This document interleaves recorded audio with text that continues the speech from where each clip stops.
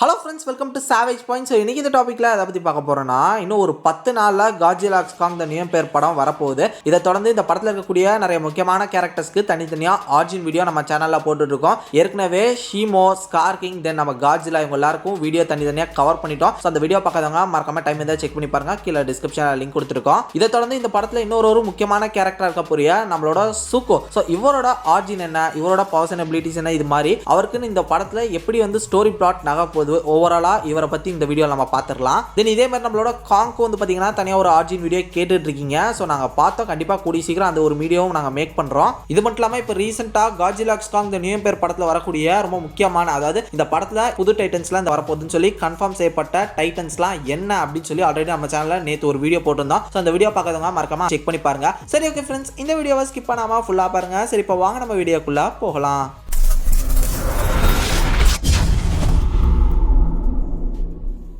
First சூக்கோட origin எங்கேருந்து start ஆகுதுன்னு பார்க்கலாம். ஹாலோவுத்தில் ஸ்கார் கிங் கீழே இருக்கக்கூடிய ஏப் ட்ரைபில் ஒரு குழந்தையாக தான் நம்ம சூக்கோவும் இருக்காரு. இவரை வந்து எப்படி மென்ஷன் பண்ணுறாங்கன்னா ஜுவினல் ஏப் அப்படின்றாங்க. ஜுவினல் மீன்ஸ் இள வயது அப்படின்ற மாதிரி சொல்கிறாங்க. லைக் இவரோட ஹைட் வந்து பார்த்தீங்கன்னா 149 மாதிரி இந்த ஒரு படத்தில் அவர் இந்த ஹைட்டில் இருப்பாருன்னு சொல்லி மென்ஷன் பண்ணியிருக்காங்க. ஸோ ஸ்கல் ஐலாண்ட் படத்தில் நம்மளோட காங்கே வந்து பார்த்தீங்கன்னா 120 130 அந்த ஒரு ஹைட்டில் தான் இருப்பார். அப்படி பார்த்தா கூட ஒரு 10 அடி அதிகமாகவே நம்ம சூக்கோ இந்த ஒரு படத்தில் இருக்காரு. அது மட்டும் இல்லாமல் இள வயது குரங்கு அப்படின்ற மாதிரி நமக்கு வந்து சொல்லப்பட்டிருக்கு. அதாவது மேபி 14-15 அந்த ஒரு வயசுல நம்ம ஹியூமன்ஸை கம்பேர் பண்ணும்போது அந்த ஒரு மெச்சூரிட்டி லெவலில் தான் இருப்பாரு அப்படின்ற மாதிரி சொல்லப்பட்டிருக்கு. இன்னொன்று உங்களுக்கு ஒரு முக்கியமான விஷயம் என்னன்னா, ஸ்கல் ஐலாண்ட் படத்தில் நம்ம காங்குமே வந்து பார்த்தீங்கன்னா அந்த டைம்ல அந்த ஏஜ்ல தான் இருந்திருக்கும். அதாவது இந்த 15 to 16 அந்த ஏஜ்ல தான் வந்து பார்த்தீங்கன்னா அந்த டைம்ல நம்ம காங்குமே இருந்திருக்கும். அப்பவே நம்ம காங் வந்து பார்த்தீங்கன்னா 120 அந்த ஒரு ஹைட்டை வந்து ரீச் பண்ணியிருந்தது, அந்த ஒரு ஃபீட் ஹைட் வந்து ரீச் பண்ணியிருந்தது. நிறைய பேர் கேட்கலாம், இந்த மாதிரி அந்த ஒரு ஏஜ்ல அதே டைப் ஆஃப் ஏஜ் சிமிலரான ஏஜ்னா அந்த டைம்ல காங் எவ்வளவு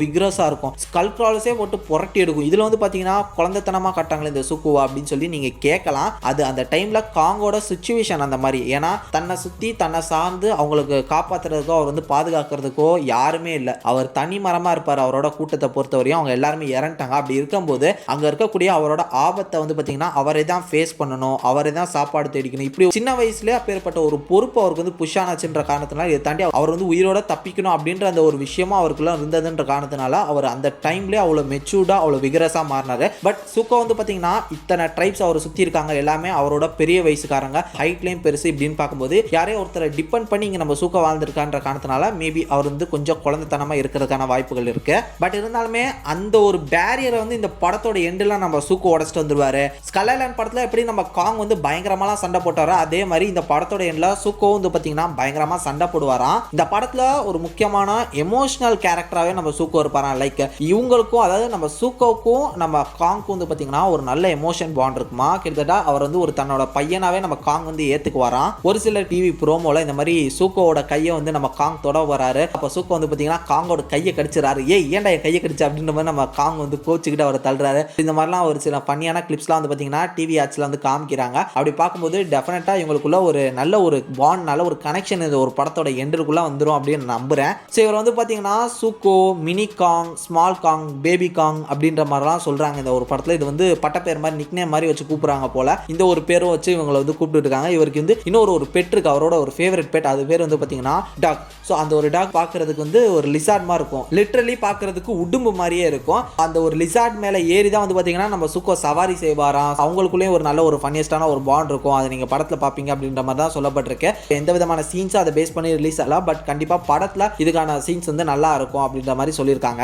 இந்த கதையை பொறுத்தவரையும் இன்னொரு முக்கியமான பாயிண்ட் என்னன்னா, சூக்கோ வந்து பாத்தீங்கன்னா அங்க இருக்கக்கூடிய அந்த ஒரு ஏப் ட்ரைப்ல இருக்கக்கூடிய மெம்பர்ஸ்லாம் வந்து பாத்தீங்கன்னா அவ்வளோ கண்டுக்க மாட்டாங்களாம். அவர் வந்து ஒரு மாதிரி கொஞ்சம் கீழே அப்படின்ற மாதிரி தான் அவர் வந்து ட்ரீட் பண்ணுவாங்களாம். ஏன்னா அங்க இருக்கக்கூடிய அந்த கூட்டத்திலேயே இவர் வந்து கலர் கொஞ்சம் டிஃப்ரெண்டா இருக்கான்ற காரணத்தினால அப்படிதான் ட்ரீட் பண்ணுவாங்களாம். ஆக்சுவலா ஸ்கார் கிங்குமே வந்து பாத்தீங்கன்னா அந்த டைம்ல அப்படிதான் ட்ரீட் பண்ணாங்களாம். என்ன நம்மள மட்டும் ஒரு மாதிரி தனியா ஒதுக்குறாங்க, நம்மள இப்பெல்லாம் பண்றாங்க அப்படின்ற அந்த ஒரு கோவத்துல தான் வந்து பாத்தீங்கன்னா ஸ்கார் கிங் அப்படி மாறினாராம். ஆக்சுவலா இங்க அந்த விஷயம் நம்ம சூக்கோக்கு ரிப்பீட் ஆயிருக்காது. ஏன்னா நம்ம காங் வந்து ஒரு அப்பா ஸ்தானத்துல இருந்து அப்படி பண்ணாதீங்க, இவனுக்கு நான் இருக்கேன் அப்படின்ற மாதிரி ஒரு எமோஷனல் சப்போர்ட்டா நம்ம சூக்கோக்கு வந்தான்ற காரணத்தினால சூக்கோ இங்க வந்து ஒரு நெகட்டிவ் கேரக்டரா போகாம அவர் வந்து அப்கமிங் ஃபிலிம்ஸ்க்கு வந்து பார்த்தீங்கன்னா ஒரு பாசிட்டிவ் கேரக்டராக வருவார். அந்த மாதிரி ஒரு கேரக்டர் ஆர்க் வந்து பார்த்தீங்கன்னா சூக்கோக்கு இருக்கும் அப்படின்ற மாதிரி சொல்லப்பட்டிருக்கு. ஸோ இதை தாண்டி இவரோட பவர்ஸ் அண்ட் எபிலிட்டிஸ்லாம் பார்க்கும்போது லைக் ஸ்கல் ஐலாண்டில் அந்த வெர்ஷன் காங் என்னெல்லாம் பண்ணுச்சோ, எந்த அளவு ஒரு ஃபிசிக்கலாகவும் சரி எல்லா விதத்துலையும் அவருக்கு ஈக்குவலாகவே வந்து பார்த்தீங்கன்னா நம்ம சூக்கோவும் இந்த ஒரு படத்தில் இருக்குமா.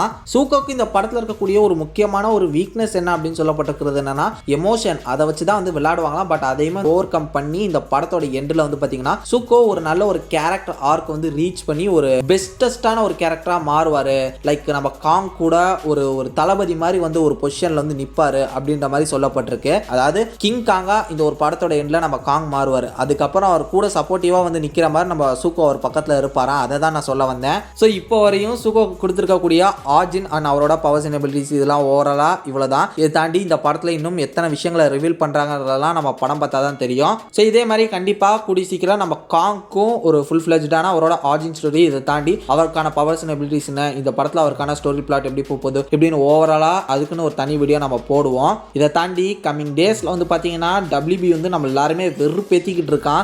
ரொம்ப ஓவராக போயிட்டு இருக்காங்க, எல்லாம் மீறி போயிட்டு இருக்கான். நிறைய டிவி ஆட்ஸு ப்ரோமோ இதெல்லாம் விட்டு புது புது கூஸ்பம் கொடுக்குற கிளிப்ஸ்லாம் வந்து பார்த்தீங்கன்னா கொடுத்துக்கிட்டு இருக்கான் அஃபிஷியலாகவே. ஸோ அதெல்லாம் பார்க்கும்போது செம்ம கடுப்பாக இருக்குது. அதை வச்சு ஒரு வீடியோ போடலான்ற ஒரு ஐடியாவும் இருக்குது. கண்டிப்பாக அந்த வீடியோ கூடி சீக்கிரம் வரும். அது கொஞ்சம் புதுசாக இருக்கும், பட் நல்லா இருக்கும். அதுக்கு உங்களோட சப்போர்ட்டை கொடுங்க.